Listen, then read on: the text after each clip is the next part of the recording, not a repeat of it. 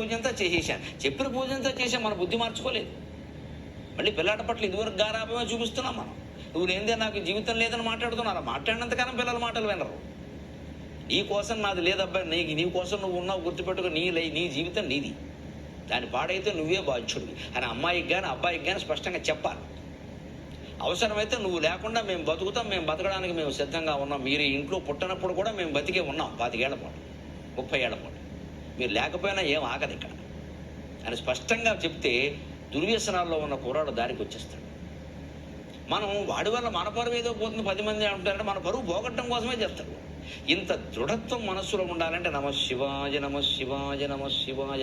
శివుడు తప్ప నాకు కొడుకు లేడు, శివుడు తప్ప నాకు భర్త లేడు, శివుడు తప్ప నాకు భార్య లేదు, శివుడు తప్ప నాకు తల్లి తండ్రి. సర్వం మాతామే పార్వతీదేవి పితా దేవో మహేశ్వరక బాంధవా శివ భక్తాశ్చ స్వదేశో భువనత్రయం. ఈ భావన ఉండాలి. నా తల్లి పార్వతి, నా తండ్రి శివుడు, 3 లోకాల్లో ఉండే సమస్త జనము నాకు భక్తులే, నాకు బంధువులే. శివభక్తులందరూ నాకు బంధువులు. ఈ ఇంట్లో ఉన్నవారు ఓ గొట్టం, ఓ గొడుగు, వీళ్ళంటే కొడుకులు కూతుళ్ళు అంటే వీళ్ళెంతండి?